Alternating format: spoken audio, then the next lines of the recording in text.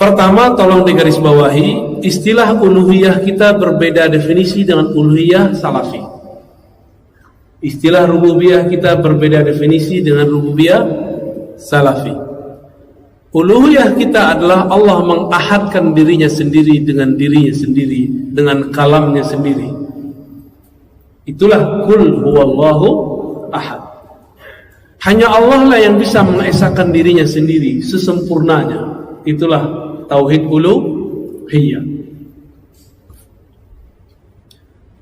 Uluhiyah kita sebut juga dengan bab.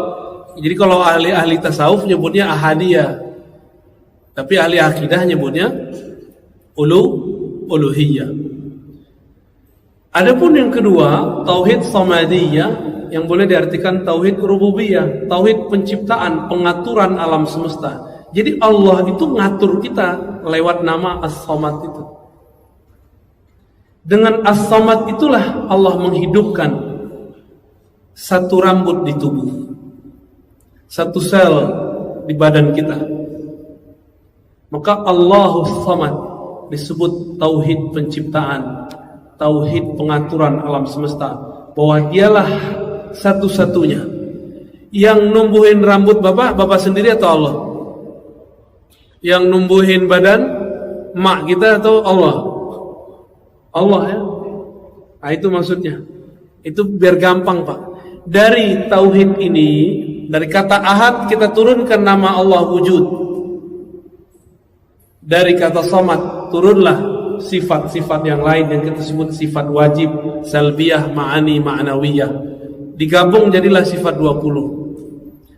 Karena Bapak ini gak bisa ngapalin sifat 20 sebagian. Kalau Bapak mungkin bisa ngapalin. Yang lain kan susah Pak. Udah kita ringkas jadi 2. Pembagian 20 itu kan untuk zamannya. Untuk zaman kita bisa lebih mudah. 2 aja cukup. Ahadiyah, samadiyah, atau uluhiyah, rububiyah. Lalu bagaimana dengan tambahan orang yang menambahkan asma wa sifat? Nah, tunggu dulu, kita ganti topik. Uluhiyah rububiyah yang kita maksud barusan ini akidah ahlus sunnah. Sedangkan yang bukan ahlus sunnah tapi mereka mengklaim itulah tauhidnya Nabi. Bahkan di buku-buku mereka itu inilah tauhidnya para nabi bahkan sebelum Nabi Muhammad. Lebay gak? Emang para nabi dulu tauhidnya uluhiyah rububiyah asma sifat? Ada gak mereka bagi tauhid? Gak ada kan? Pembagian ini artinya berbeda. Uluhiyah versi Ibnu Taimiyah artinya tiada yang berhak disembah kecuali Allah, disebut tauhid ubudiyah. Adapun tauhid rububiyah sama, tauhid penciptaan alam semesta. Mereka tambahkanlah satu, al-asma' was sifat. Ibnu Taimiyah tidak mengerti akidah Asy'ari. Kata dia Asy'ari hanya meyakini 7 nama atau 7 sifat Allah. Coba tanya ke orang-orang yang berakidah Asy'ariyah, betulkah begitu? Tidak. Sampai sekarang saya yakin ustadz yang bukan baru juga mengulang kesalahan yang sama, menuduh kita aswaja ahlus sunnah hanya meyakini 7 sifat. Terus kita komentarnya gimana? Sotoy loh gitu ya. Tahu gak sotoy? Sok tahu. Mana ada akidah ahlus sunnah cuma menetapkan 7 sifat. 20 sifat itu pun itu hanya rumusan-rumusan supaya gampang disebut dengan ummahatus sifat. Sifat Allah itu banyak, diringkas biar mudah.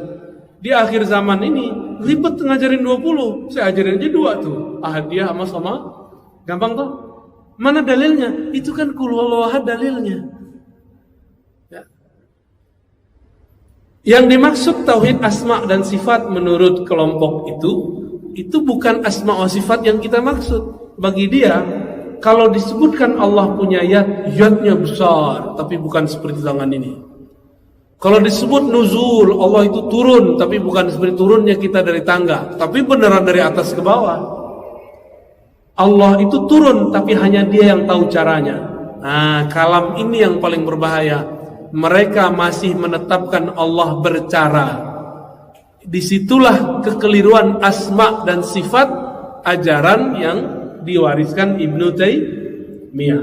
Ya, ghafarallahu lahu. Semoga Allah mengampuni ya. Di akhir hayatnya ditobat. Ya. Kita bilang begitu Pak, disebut memfitnah lagi. Ya. Padahal beneran tuh Ibnu Taimiyah kata Zahabi dia tobat di akhir hayatnya. Bagaimana dengan kelompok yang mengganti? Nah, jadi Salafi ini ada yang murni, ngaji-ngaji aja Pak, debat-debat, nyala-nyalain, bidah-bidahin. Ada Salafi yang kesusupan, namanya Salafi Haroki, Salafi pergerakan. Salafi pergerakan terbagi dua. Ada yang jihadis. Apa arti jihadis? Ngajak perang. ISIS, dulu Al-Qaeda. Kalau di Indonesia Jamaah Islamiyah kali ya. Itu haroki jihadi. Ada yang kedua, haroki siyasi.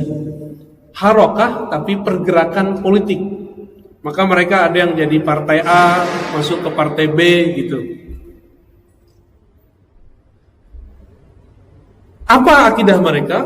Uluhiyah, rububiyah. Yang ketiga itu tauhid mulkiyah atau hukmiyah, bahwa pemerintahan di alam semesta di dunia ini harus satu, daulah Islamiyah. Ya bagus sih, cita-cita daulah Islamiyah bagus gak? Tapi kalau versi mereka saya nggak mau. Ya. Daulah Islamiyah yang kita tunggu itu daulah Islamiyah yang nanti akan dibangkitkan oleh Al-Imam Al-Mahdi. Itu aja Pak, nanti udah nggak ada lagi. Maka apapun pergerakan orang hari ini buat negara Islam, buat khilafah Islamiyah, itu akan terhalang terus. Negara apa yang akan mengatakan kami akan menerapkan syariat Islam, nggak akan berhasil. Ada aja halangannya. Karena Allah tidak ridha kecuali untuk imam akhir zaman. هذا السائل يقول: هل تقسيم التوحيد إلى 3 أقسام يعد من البدع؟ الجواب: هذا من الأحوال العلمية وليس من العبادات حتى يدخل في باب، وليس من القربات حتى يدخل في باب العبادات. فهذه أمور يصطلح عليها أهل العلم كتقسيمهم الكلمة إلى اسم وفعل وحرف أو غير ذلك. كل هذا من المواضعات العلمية التي دل عليها استقراء الأدلة تارة، واستقراء كلام العرب تارة، أو استقراء غيرهما تارة أخرى على اختلاف أنواع العلوم. فاستقراء أدلة القرآن والسنة دل على هذه القسمة الثلاثية، وهي قسمة قديمة موجودة في كلام أبو حاتم بن حبان البستي وابن جرير الطبري وابن منده وجماعة آخرين بعدهم. فهذا مما جرى عليه أهل العلم، وليس هو من كلام من تأخر بعد 700 أو بعد 1000، ولا يقول بهذا إلا لمن لم يعرف كلام الأوائل ممن ذكرنا أسماءهم وغيرهم من أهل